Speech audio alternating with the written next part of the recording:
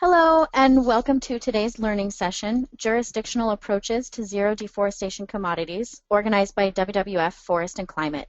Thanks for taking the time to join us. My name is Emmeline Gasparini, and I am a Program Associate with the Forest and Climate team. Our presenter today is Michael Wolosin of Forest Climate Analytics. Next slide, please. Before we begin, I'd like to go over a few logistics and some frequently asked questions. For those of you who have participated in past sessions, this will sound familiar, but yes, today's presentation is being recorded, and you can find the recording within a few days on our YouTube channel. To get to the recording, simply go to youtube.com and search for Forest and Climate. There are two audio options. You can listen through your computer or dial in through the phone number that was provided in your registration email. It's important to note that if you experience audio difficulties while listening through your computer, those are sometimes caused by having too many browser windows or programs open at once. So feel free to close some of them, which usually solves the issue, or you're always welcome to join by phone. If you continue to have technical difficulties, please send me a message via the chat area and we'll try to get you sorted out. Questions are absolutely welcome. You can send your questions anytime during the webinar using the toolbar on your screen. We will answer as many as possible during our allotted time, and after the webinar you'll receive a link in your follow-up email with additional forest and climate resources from WWF, including a link to the YouTube channel where you can watch a recording of the session.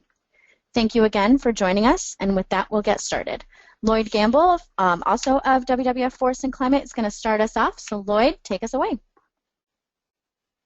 Thanks, Emmeline, and hi, everyone. Thanks for joining us for WWF's Forest and Climate webinar series and our presentation today on jurisdictional approaches to achieving zero deforestation commodities.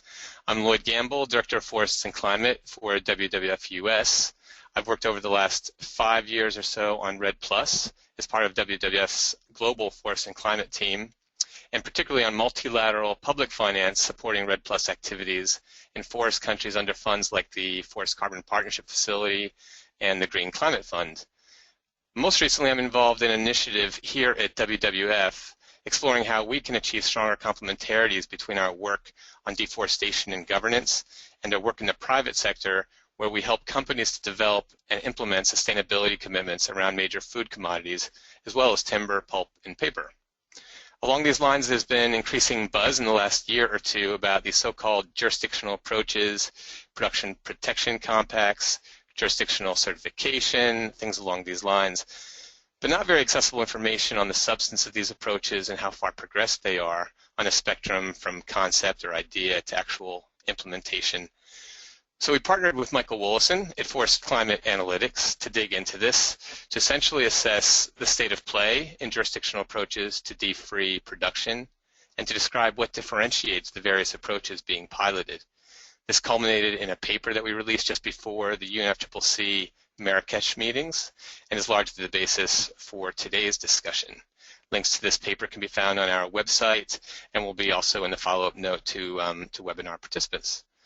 So Michael has been embedded in the forest and climate space for many years, most recently with Climate Advisors here in Washington, D.C., where he played an important role paving the way to the New York Declaration on Forests, and where he continues to serve as a senior fellow. He's also a visiting scholar at Resources for the Future. Michael's known for his great analytical work on climate finance and U.S. climate policy and tropical forest conservation, among other things. So with that, I'll pass it over to him to talk a bit more about this work. Mike, to you. Great. Thank you so much, Lloyd, and thank you for everyone joining us today.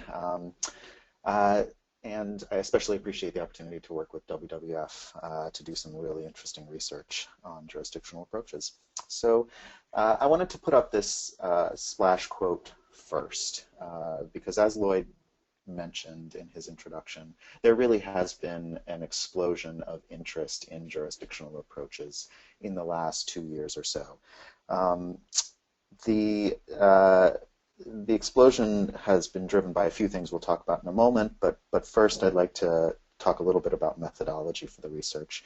So when WWF brought me in March of 2016, we talked about how best to take the pulse of this community and decided that an interview methodology was really what was needed, given that so many of the programs and emerging strategies are new enough that there isn't a lot of information out on the web on specific programs. So we did a combination of desk research, looking around, seeing who is doing what, and also about 30 interviews with leading stakeholders and members of both the private sector, the NGOs, as well as a few representatives of governments and recent government representatives, to try to understand why they are looking to jurisdictional approaches, what some of the leading approaches are, what some of the opportunities are, and really where the space might be going. Next slide, please. So I mentioned the emergence of these jurisdictional approaches, and I really wanted to step back from just asking what was out there to asking what it emerged from, why people are looking to these strategies, and I really saw three macro trends leading to the emergence of jurisdictional approaches in the last 5 years or so. The first of these is that a number of stakeholders have recognized that governments in the forest countries themselves are both necessary for success of reducing deforestation and improving sustainability, but also, and importantly, insufficient for achieving that. So you both need the governments, but governments alone can't do it. This trend has really led to an expansion of climate cooperation, not just in the forest space, but also across adaptation, clean energy, all of the work on climate elements throughout the developing world. Climate cooperation has expanded to include stakeholders such as business, investment banks, NGOs, quite broadly. You can see that from some of the side events in Paris and the UNFCCC meetings, but this is, I think, a trend that we would all recognize, and it has been as true with forests as elsewhere. The second major trend has been what has been called an eidification of climate finance. And what I mean by that is that I think in some of the original conceptions of climate finance 10, 15 years ago in the UNFCCC, there was really a sense that the wealthy countries who have driven some of the emissions historically have a responsibility for compensating, but also for assisting developing countries to make a transition to clean energy and low emissions development. The fact that the actual funds that are being provided for north to south transfers have come primarily through aid agencies has in part led to an elevation of the economic growth objectives that have been traditional purview of those agencies. And in the forest space, what we have seen over the last 5 or 10 years is that some of the work on forests that has been pursued through climate finance has really been linked to both emissions reductions and to economic growth in place in the forest countries and in those communities. So this elevation of economic growth in the last few years has led to, I think, a trend towards thinking about agricultural intensification as well as other ways to both reduce deforestation and either increase or at least maintain agricultural output as those changes are happening.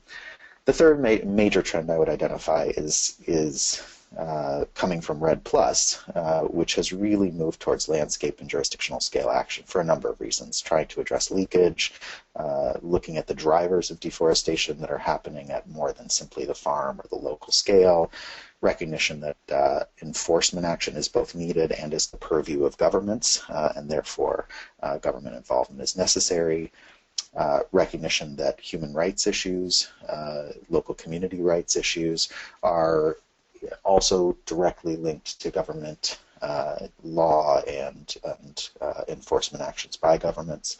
And lastly, really a very clear recognition that success on REDD+ has to do as much with landscape planning as anything else. And planning has also traditionally been the purview of governments.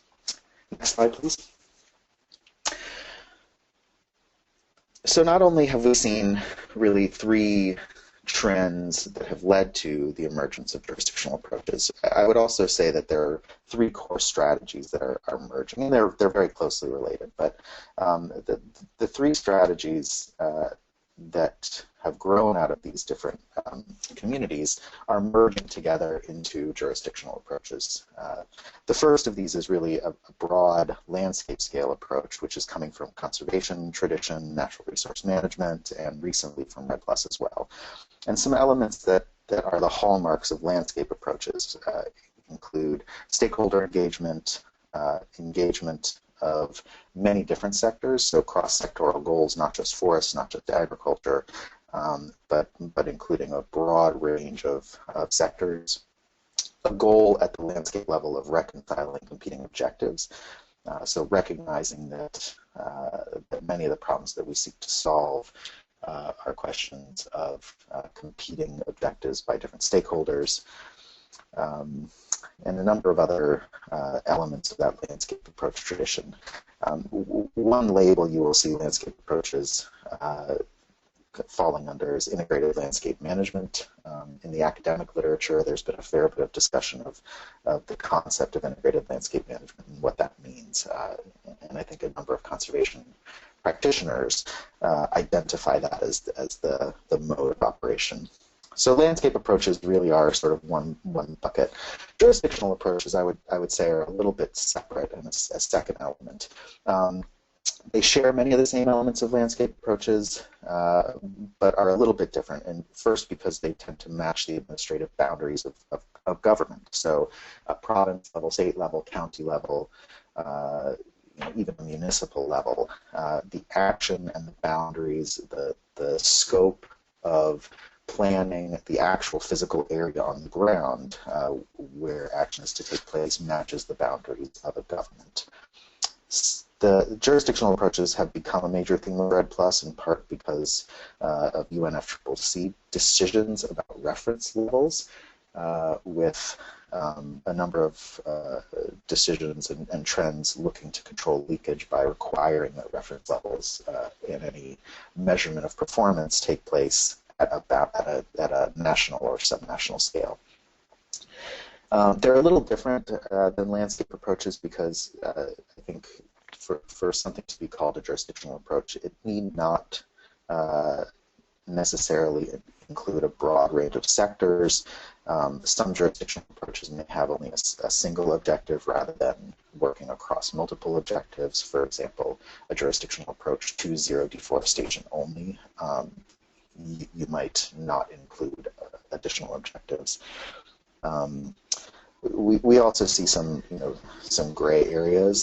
For example, if the boundaries of action don't necessarily match a government jurisdiction, a state or a county, but in fact match the boundaries of defined management areas. So in some examples we'll talk about there are management area boundaries rather than government boundaries. Lastly, the third strategy that we've seen develop over the last really 30 years is long-standing work on sustainability in corporate supply chains. So the drivers of deforestation are coming from commercial scale agriculture for soy, for palm oil, for beef, and plantations for pulp and paper, have often over the last several decades led to campaigns by NGOs to try to reduce the impact of those expansions on the natural world. We've seen that in Brazil with, for example, the soy moratorium. We've seen that in some of the roundtables seeking certifications for palm oil and soy and beef. These supply chain sustainability efforts in the last 2 years, 2 to 3 years, have seen a wave of zero deforestation commitments from the corporate side, from traders and consumer-facing companies primarily, not as much the producers, leading up to up to 100 of these commitments in the end of 2014 in the New York Declaration. So this sort of corporate supply chain set of strategies is the third real source. So together, these are merging and coming together in jurisdictional approaches to zero deforestation commitments right now. And I think this sense that each of these three approaches by themselves can get part of the way there, but together that they could be stronger is really part of what's driving this change. Next slide, please.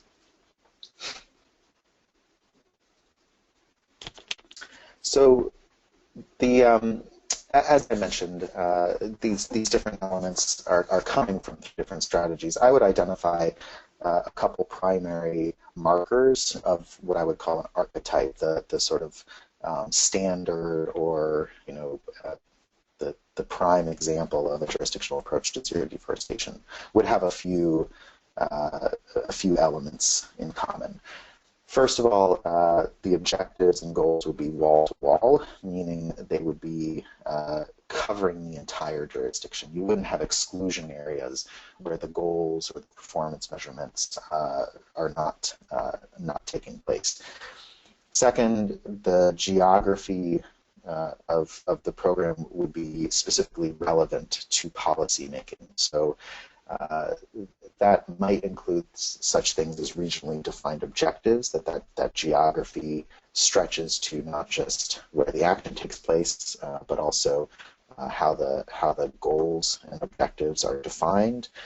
It might also stretch into how you monitor progress at the same boundaries.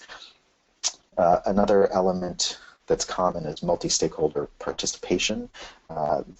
The act of bringing sectoral, bringing participants together across government, across the private sector, across banking, across NGOs, local communities, and the broad suite of stakeholders in land in a place. This is a key element. It comes from the tradition of landscape approaches, and I think it is a hallmark of jurisdictional approaches as well. If we're going to call it a jurisdictional approach to zero deforestation commitments, we might hope to see a zero deforestation goal of that as well. And lastly, many of them, not all, but many have also looked towards preferential sourcing. So the idea that a company would stand out and say that they will buy from jurisdictions that either have a program in place or are successful at the jurisdictional scale in their purchasing would be a last element. Next slide, please. So a little terminology, just to make sure that we are clear in not just what we're talking about today, but as you move forward and think about these approaches, what you mean when you say and what other people are meaning when they say. We've already talked about landscape approaches and integrated landscape management. We've talked about jurisdictional approaches broadly as a group, but there are a few specific flavors that I want to call out. First of all, jurisdictional approaches to what? I think there's a need to be specific in what type of jurisdictional approach we're talking about. Common ones that I think we will talk about are jurisdictional approaches to addressing supply chain deforestation. You might think about jurisdictional approaches to addressing deforestation broadly, not just the deforestation caused by commodity expansion. Some of the examples we'll talk about don't have a zero deforestation goal necessarily, so you might call those a jurisdictional approach to supply chain sustainability. And then there's a ... here because that sort of need to be specific about jurisdictional approach to what I think stretches to a lot of different examples. Another dimension that I think a little clarity is helpful on is what you are including. So a jurisdictional sourcing approach, so you are going to buy from a particular place, might include a couple different flavors. So preferential sourcing we talked about. Jurisdictional sourcing commitments might go further than simply a preferential sourcing commitment. So rather than just saying that I will buy from a place with a jurisdictional approach if I can, you might commit to only buying from jurisdictions that meet certain criteria and are certified. So those might be two very different things. And lastly, jurisdictional certification, I think, is a is something that we're seeing a little bit of discussion about, where you might stamp a seal of approval on an entire jurisdiction and all of the products coming from that jurisdiction. So rather than looking at the farm level to ask whether a particular farm or a particular ranch has deforestation in its recent history and therefore can meet a zero deforestation commitment, you might just ask whether all of a jurisdiction is meeting some criteria and therefore all of the products coming from that jurisdiction are certified to meeting a zero deforestation commitment. Next slide, please. So we talked a little bit about the strategies that are coming together for jurisdictional approaches, and we also talked about some of the evolution and some of the underlying trends that have led us here. But there are particular stakeholders that are looking to jurisdictional approaches for specific reasons, and these really came out in some of the interviews that I did, is that different stakeholders have different reasons for looking to jurisdictional approaches to zero deforestation commitments. One of the striking things about the interviews was that both the business and industry representatives, as well as the representatives that have a more REDD+ tradition, really saw the jurisdictional approaches as evolving out of REDD+ in a lot of ways. And in fact, a lot of the energy for jurisdictional approaches has been coming from REDD+ in the sense that there is an unfulfilled promise for REDD+ payments, and the goals of REDD+, the sort of capacity building and work that we've done to prepare MRV has felt a little bit like it's at a standstill without the promise of actual performance payments. So REDD+ proponents have been looking for additional financing incentives and have seen corporate supply chains, corporate purchasing as potential additional incentives, and therefore have really been excited, I think, about jurisdictional approaches and supply chain approaches and the opportunity for these two things, these commodity supply chain sustainability approaches and REDD+ to come together in a common set of incentives. For sustainability professionals, there have been a number of other reasons to look to jurisdictional approaches. One is a sense that certification is just not going to work. It's not spreading as quickly in places where it's being tried as it needs to. It's just not scaling to the extent that we need to solve the deforestation problem. The other sense, another sort of flavor, is that some companies feel like even if they're successful paying attention to deforestation in their supply chain and eliminating deforestation from their own supply chain, their overall objectives, maintaining the health of the planet, reducing climate change emissions, will ultimately fail because no single company, no single buyer has enough impact to really change the course of development. So the second quote here, if we only pay attention to our own supply chain, we'll end up with islands of green and a sea of destruction, really was representing this view that a single company's goals by themselves will not achieve the overall objectives. Then the next thing I would say is that amongst companies, there has been a tradition to try to solve these problems themselves, and I think the certification approaches have developed in that vein, where companies try to simply use the power of the markets and work with stakeholders on the ground, as well as third-party certification schemes to make sure that what they're buying and selling meets the standards that they want for their company. I think in the last few years there has been a recognition amongst the companies that this problem is bigger than they can solve by themselves, and specifically that they need governments. So the demand to include governments in these efforts is now coming not just from the NGOs, but also from the private sector as well, a bit more quietly and behind the scenes, because that's the way they're comfortable operating, but it is definitely there. They are seeing the need for governments to get engaged.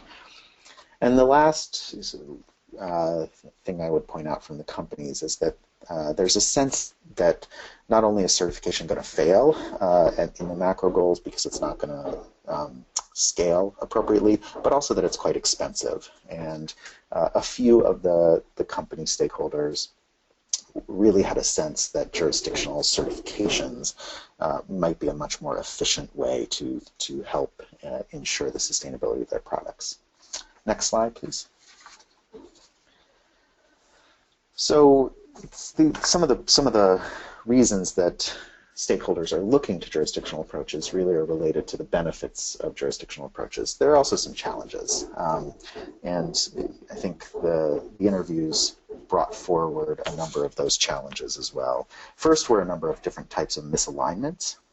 Physical misalignments, for example, between the administrative boundaries of a government and the actual supply shed for a particular product. So a palm oil processing mill might be drawing in fresh fruit bunches from several neighboring jurisdictions, or a soy terminal may not just be pulling soy from one place. So these misalignments have led to some challenges in terms of addressing deforestation at the jurisdictional scale. There are temporal misalignments. Government decision-making is quite slow. Corporate decision-making can be rapid. And another temporal misalignment is between rapid observation of deforestation. We have satellites and alerts that can identify deforestation on the scale of days to weeks or months. However, corporate contracts, long-term contracts for delivery of goods, as well as capital investments in developing the capacity for commercial agriculture, are both much longer term processes. So this mismatch between the ability to observe deforestation quickly, measure performance quickly, but the inability to shift capital quickly in the corporate supply chains has been a challenge, I think. There are institutional misalignments, for example, between environment and REDD+ ministries and agriculture ministries. There are incentives that are misaligned. There's some concern that governments might capture the benefits if we pursue REDD+ or certifications at the jurisdictional scale rather than passing those benefits on to the farmers themselves. There's also a concern that jurisdictional scale certification or jurisdictional scale MRV might lead companies to just flee areas that are having trouble, run away, move elsewhere, when in fact what's really needed is potentially greater investment in fixing the problems in a place. So the incentive to stay versus go has been a bit of a concern and challenge as well. Another challenge represented by the second bullet point here, the risk of lowering the bar. And the quote here, all the other goodies you get with certification may get ignored at the jurisdictional scale. This was coming from a stakeholder who has worked on certifications for a long time from the human rights perspective. So if you are monitoring deforestation at the jurisdictional scale with a satellite, you cannot see whether a company is using child or slave labor, for example. So the certification approaches that get down to the farm can address a wider range of issues potentially than might be addressed at the jurisdictional scale. There was some concern that jurisdictional sourcing in this next bullet might just be a fad. And it's unproven, it's untested, and at least, I love this quote, at least certification is the devil we know. So it might have some problems, but jumping to something new may not be the right solution. And lastly, and related, was the sense that jurisdictional approaches make a lot of sense intellectually, but in fact we are adding complexity by bringing in REDD+, by bringing in payments, by bringing in MRV, as well as trying to bring in certification approaches and commodity supply chain sustainability. We've taken 2 or 3 nearly impossible and difficult tasks and tried to make them easier by doing them all at once. And this was an objection that I heard from 2 or 3 people as well. Next slide, please. So I'd like to talk about a few examples of specific jurisdictional approaches that fall into this range. And I used a Venn diagram here for specific purposes, which is to represent the fact that certain specific examples may have more of a flavor of one or the other of the strategies. Please click to the next. Right. So the first example to talk about is the Marks and Spencer and Unilever announcement in Paris that they would preferentially source from jurisdictions. I'll read the quote here. They would prioritize our commodity sourcing from areas that have designed and are implementing jurisdictional forest and climate initiatives. So this announcement was a global announcement. It was at the Conference of the Parties in Paris, a very broad, publicly released statement. They went a little farther to list criteria for jurisdictions to qualify for their preferential sourcing, and those criteria were very closely aligned with the requirements for jurisdictional REDD+ under the UNFCCC, not surprisingly given the venue for that announcement, but also included an additional objective or strategy for reducing forest emissions while increasing agricultural productivity. So an additional goal on top of emissions reduction and deforestation reduction was inherent in the statement. That example of a jurisdictional approach has criteria that are at least initially more process-based than performance-based. There was no announcement that they would preferentially source from jurisdictions who are reducing deforestation, but rather that there would be a preferential sourcing from jurisdictions that are pursuing REDD+ programs and jurisdictional approaches. There was also part of the statement was that these preferential sourcing commitments were in addition to and supportive of their other commitments to net zero deforestation. So this clarity that it was layered on top, I think, suggests that companies may pursue a multi-level approach, so potentially implementing zero deforestation commitments down to the farm level, while at the same time trying to send a signal to the governments and jurisdictions that there would be some reward for progress at that scale as well. So this example has elements of, I think, all 3 of these. It's very closely linked to jurisdictional approaches to REDD+. It's linked closely to landscape approaches, given the multi-stakeholder approach that they've taken. And it's also has zero deforestation goals at the heart of the objective. So I place that in the center of this Venn diagram as something of a comprehensive vision at the, very much at the center of all 3 of these. Next. The next example that I think is perhaps even a better archetype of jurisdictional approaches is the Earth Innovation Institute's Territorial Performance System, and in particular the implementation of that model in Mato Grosso, Brazil.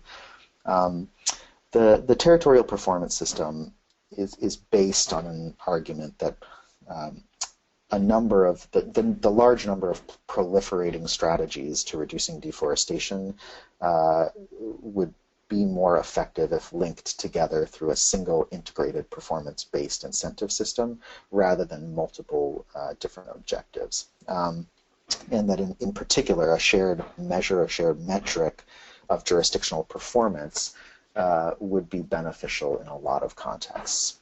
So the Earth Innovation Institute has been working in a number of contexts, Colombia, Indonesia, and Brazil in particular, to advance this territorial performance system in a few jurisdictions. The example in Mato Grosso culminated, well, it's not a culmination, but a waypoint in that strategy was in Paris when Mato Grosso announced its Produce, Conserve, and Include strategy, which was a strategy for the entire jurisdiction to produce more commodities, to conserve its forests, and to include farmers, indigenous peoples, local communities, and other stakeholders in a shared prosperity in the region.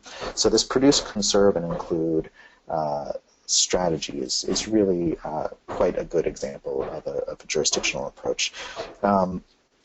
One thing I would point out, though, is that I think one of its core strengths, which was that the actual objectives for the produce, conserve, and include strategy were the product of a multi-stakeholder process. These, the farmers, the communities, the NGOs got together to decide what the objectives were together. That same strength means that the ultimate pathway that they've set out for themselves in terms of forest cover loss, is not in fact a zero deforestation commitment. So this example is more of a jurisdictional approach, a landscape approach, and an approach to supply chain sustainability, but it is not a zero deforestation approach, at least in the early years, because there will be continued forest loss, at least through 2019 or 2020 in this objective. Next. Another example is that a number of people pointed to, and several interviewees identified as one of the most advanced jurisdictional approach, is the Roundtable on Sustainable Palm Oil's work to reach a jurisdictional certification scheme, and a few pilot locations where they're trying that. In particular, in Sabah in Malaysia, the RSPO has been working with the local government to try to certify all of the palm oil from Sabah as meeting RSPO standards. And they've also begun working with jurisdictional governments and stakeholders in Central Kalimantan and in South Sumatra in a few specific districts to explore similar jurisdictional-wide certification. This is much more of a jurisdictional approach. I have it over on the left rather than as a landscape approach because it is specific to only one sector, to palm oil. It is also not a zero deforestation commitment. So it's a little a little down on the left. So this example falls a little bit more in a jurisdictional approach rather than a jurisdictional approach to zero, and it's missing some of the hallmark flavors of other jurisdictional approaches that we see from the landscape approach tradition. Next. The last example, just to touch on briefly, in Ghana. It's known as Ghana's Cocoa Forest Red Plus program, or the Cocoa Forest Mosaic Landscape program, is a program that is being advanced in the Forest Carbon Partnership Facilities Carbon Fund, with funding from the Carbon Fund, I should say.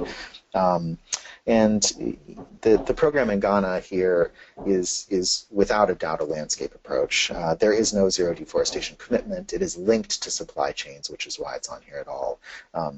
But it also doesn't align specifically with a government jurisdiction. So a lot of the examples that you'll hear people talk about in the community when we talk about jurisdictional approaches are falling in one or another of these directions, that they're not right smack in the center with all of the hallmarks, but rather are coming from a little bit more one of the traditions or another. Next slide, please. In the paper itself, in case folks are interested, I want to point out that there are a number of tables that talk about some of the most relevant initiatives. So broadly, the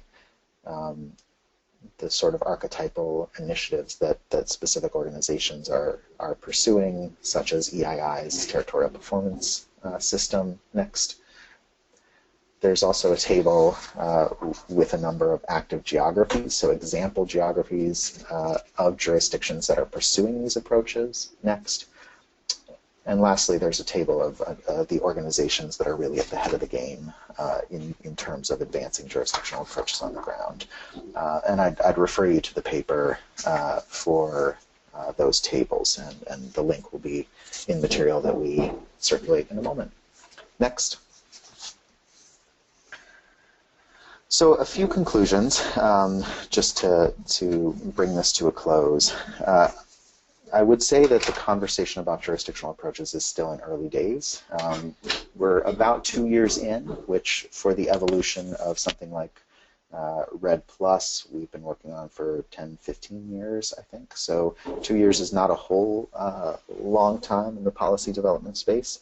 There's an awful lot of energy in a lot of different directions and an awful lot of creativity in trying to figure out how these multiple strategies can come together productively. But it is early.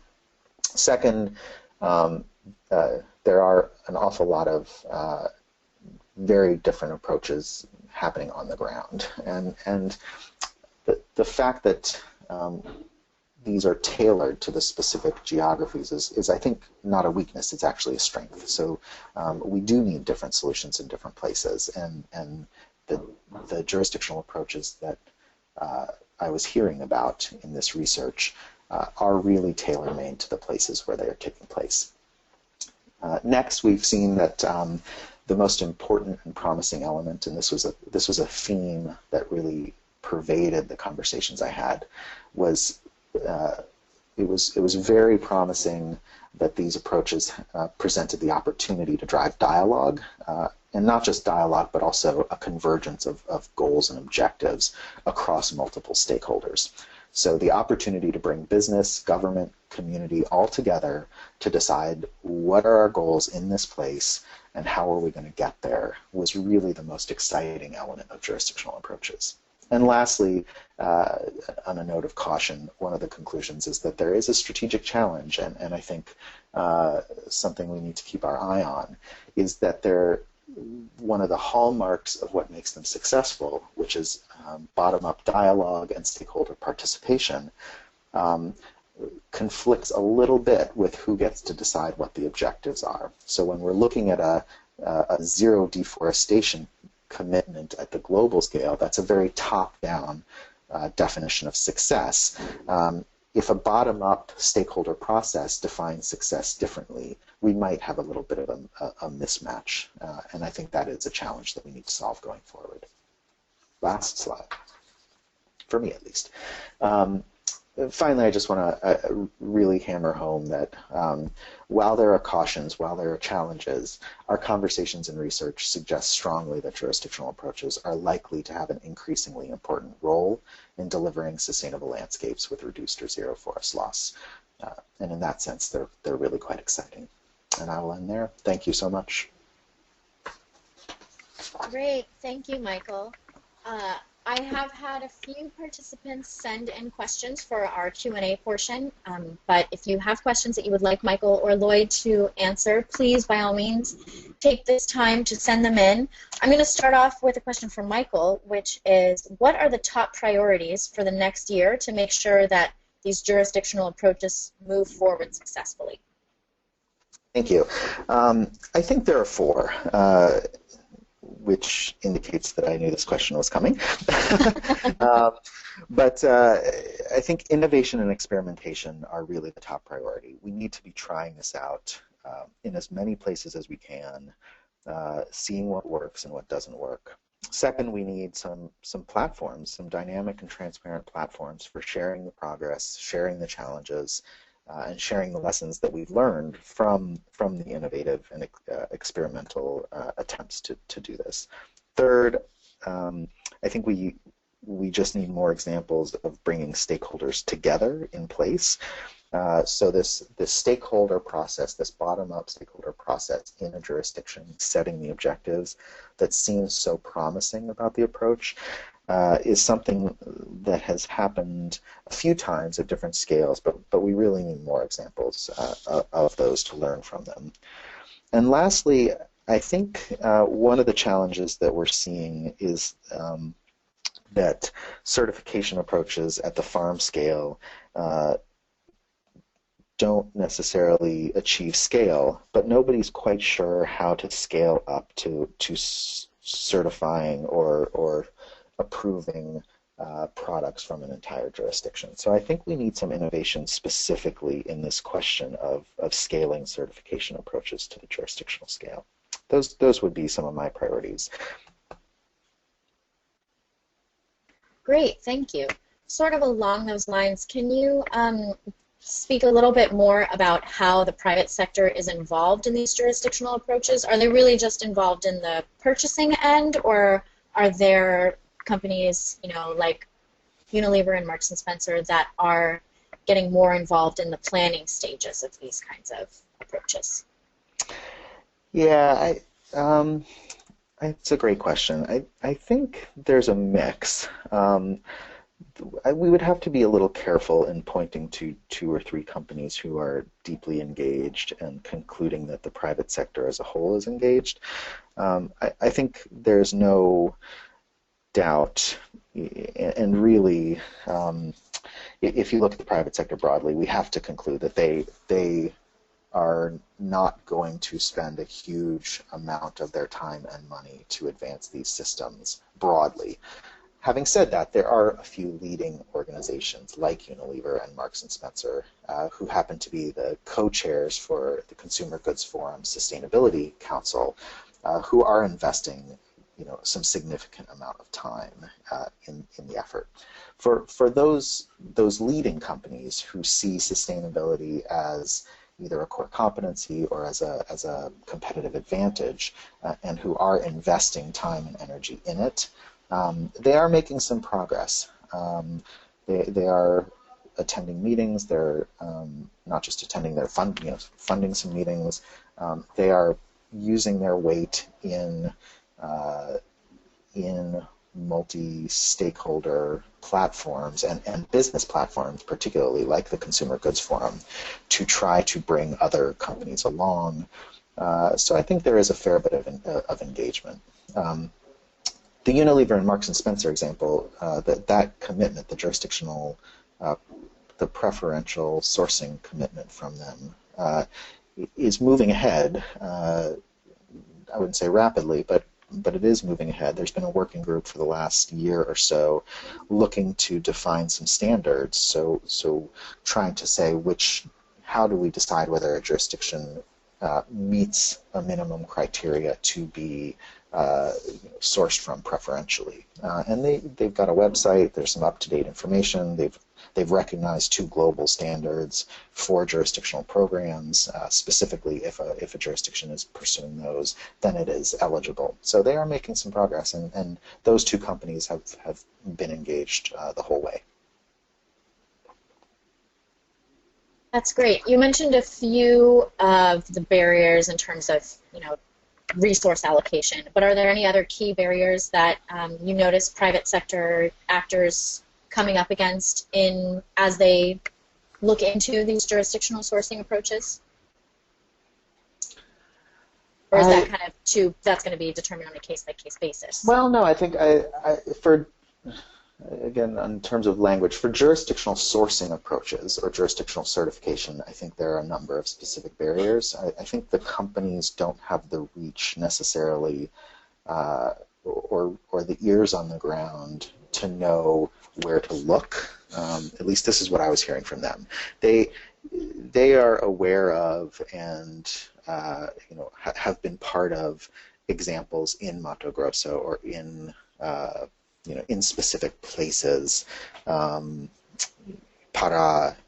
Brazil, and Sabah, Malaysia, Central Kalimantan, but that's just 4 places on Earth, and they source from dozens, if not hundreds, for their commodities, and they have seen a barrier in terms of identifying specific jurisdictions where the governments and the civil society have a shared common interest in sustainability and therefore present the opportunity to engage. So I think that's one barrier. I also think it's been harder than they expected. The number of zero deforestation commitments that we saw in 2014 with very aggressive timelines that they would be meeting a zero deforestation commitment within a year, within 2 years, by 2018, by 2017. Those dates are coming quickly, and they are, I don't think, anywhere near ready to actually ensure zero deforestation. So I think it has been harder than they expected as well. So I would list that as a pretty big challenge. Thank you. Sort of shifting gears a little bit, I did have someone ask if there are any organic practices that are linked to these ZDCs. You mentioned, there's one criticism that it's harder to get down to some of those more human rights issues on the ground. Are there other components that might be included in other approaches that maybe don't get included in these jurisdictional approaches, like organic certification? I didn't come across organic certification as an element to any of the jurisdictional approaches. That doesn't mean they're not out there, but I'm not familiar with them. I think the broader point I was trying to make is that when we step up in scale from a process that examines the practices of individual farms to a process that looks broadly at the success or failure of an entire geographic area, we may face the risk of losing out on the ability to assess whether production is achieving other objectives. So I think certainly human rights and child and slave labor are one example, but organic might be another one. You can't look at a satellite and decide whether production from a farm is organic or not. You have to actually go to that farm. Great, thanks. I have a participant who asked why governments in forest countries participate and invest in these jurisdictional approaches. Can you talk a little bit more about the specific benefits or incentives for governments? Absolutely. I think there are a number of them. And I think the thing we're seeing is that the community is trying to increase both the number and the extent of those incentives. But there's a wide range. We have seen incentives flow from REDD+, so actual payments have flowed to Brazil. We have seen a number of leaders in forest countries who have, from a very ground-up grassroots type of movement, seen some of the destruction that forest conversion has wrought on their communities and people. So while there is economic development opportunity in forest conversion, there is also a fair bit of social upheaval and damage to the environment. And I think there are leaders who have seen that and sought to change that in the forest countries and in these jurisdictions. Some leaders have seen an opportunity to provide the types of commodities and development that companies want and will want more in the future. So the types of zero deforestation commitments that we've seen out of the companies really do point to where the future of global trade may be headed, and leaders who want to be part of that, I think, to see some broad incentives to move in that direction. We also see domestic incentives in many places through processes like the UNFCCC and through the commitments that countries have made to reduce their emissions. The NDCs and INDCs have in fact provided more and more incentives for not just national leaders but also subnational leaders to achieve that emissions and development transition to meet those commitments. So I think there are a broad range of incentives for the leaders in place. It doesn't hurt to bring them and to have the opportunity to be seen as a global leader. So going to the UNFCCC conferences, showing up in Davos, and being an example for the world, I think, can be an incentive for individual leaders. it obviously is not an incentive that will stand the test of time, but at least in this initial phase, one of the things that can provide an incentive is that opportunity to show the way, and that has, I think, had a positive impact on a number of leaders specifically. Thank you. I have someone who asked about natural resource management governance issues, complexities, and whether or not you've observed those promoting or inhibiting the potential delivery of these zero deforestation goals. Was that a subject that you came across while you were doing your analysis and research?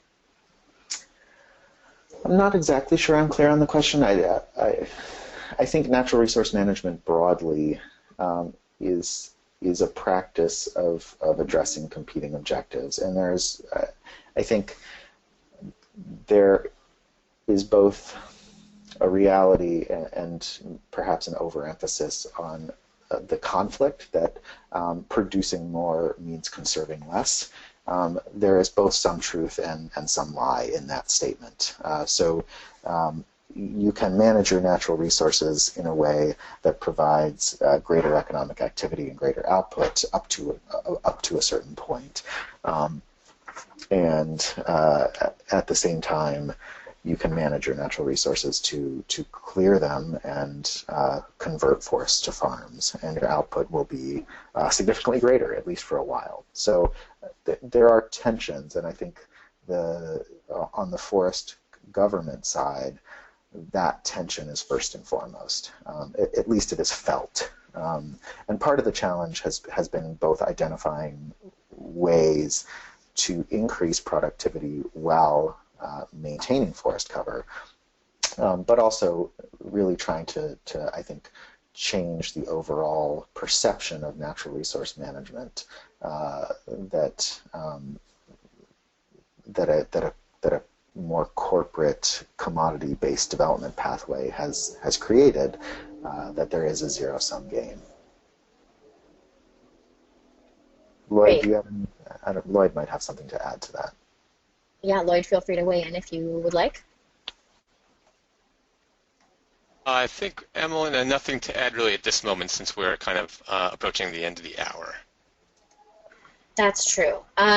So, Michael, I'm going to give you one last question, and it's sort of a different subject, and then we'll probably wrap up. But can you expand on what you see as both the likeliest and most promising ways to increase innovative financing for these zero deforestation jurisdictional approaches and piloting? Yeah, I'm pretty excited about the ISFL, the Biocarbon Fund's initiative for sustainable forest landscape, that is trying to provide some innovative financing mechanisms and really identify ways to channel money to agricultural producers in places where deforestation reduction is a shared priority. I think that's a pretty innovative and interesting example. I think I worry a little bit about a tendency to look to companies for a lot of the innovative finance. I think the idea that the companies will put forward a huge amount of cash up front to change the world into what they need to provide zero deforestation goods is probably not going to happen. On the other hand, I think some of the work on banking and finance industry representatives to try to make sure that access to finance for agricultural development is linked to planning and sustainability of the producers that are gaining access to that finance. I think that's a pretty exciting link that also needs additional exploration. Great, thank you. I have one last question for Lloyd here.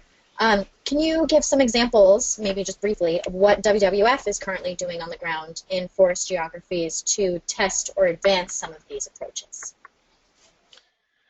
Sure. Thanks, Emmeline, and thanks again, Michael, for your work on this and doing the webinar with us today. As most will know, WWF works in a lot of countries around the world, so maybe I'll just use this chance to cite a couple of examples of our work in this space. We've been a major player in a regional palm oil initiative in West and Central Africa, aiming to achieve implementation of national policy frameworks around responsible palm oil production. In Colombia, WWF expects to be an important partner in a developing program in the Orinoco River watershed under the ISFL that Mike was mentioning. This program will seek to achieve basically large-scale land use planning and sustainable production in several food commodities while minimizing forest loss and quantifying these results in terms of climate results and emission reductions. We're involved in the Malaysia, the Sabah Jurisdictional Palm Oil Initiative, and of course also supporting the design and implementation of several jurisdictional bread programs in places like East Kalimantan, Indonesia, Mayendombe, DRC, and trying to bring private sector partners to the table in the design and implementation of these programs. I think looking forward, I expect we'll try to show more leadership in this space, for example, by extracting and disseminating lessons learned in various pilots, sort of like we've done with this work with Mike. Building familiarity with these approaches in the private sector as a potential avenue for meeting their sustainability commitments. I think something that's going to be really important is bringing Southern voices, government, civil society representatives, and others more front and center in this conversation and establishing specific linkages with national efforts to achieve climate targets and NDCs. And of course, as WWF would often do, is continuing to bring a critical view on the environmental credibility, social, and climate integrity in these approaches. So maybe I should wrap up there, Emmeline, since we're, I think, just about out of time. Just about. Thank you, Lloyd. Yeah, we have come to the end of our time today. Next slide, please. And I really want to thank Michael and you, Lloyd, for sharing your expertise with our community, and to thank the participants for joining us and sending in your thoughtful and engaging questions. We weren't able to get to everyone's questions, so I'll follow up with Lloyd and Michael and see if we can get some written responses to some of these as well, because we really had a broad variety of inquiries that I think are all worthy of being addressed. You'll also receive a follow-up email in a few hours with some additional resources that are specific to this webinar. Next slide, please. If you want to revisit this webinar or share it with colleagues, the recording will be up on the Forest and Climate YouTube channel in about a day or so, and you can also find recordings of previous sessions there for additional enrichment. Next slide. So thank you again for joining us, and we hope you all have a wonderful day.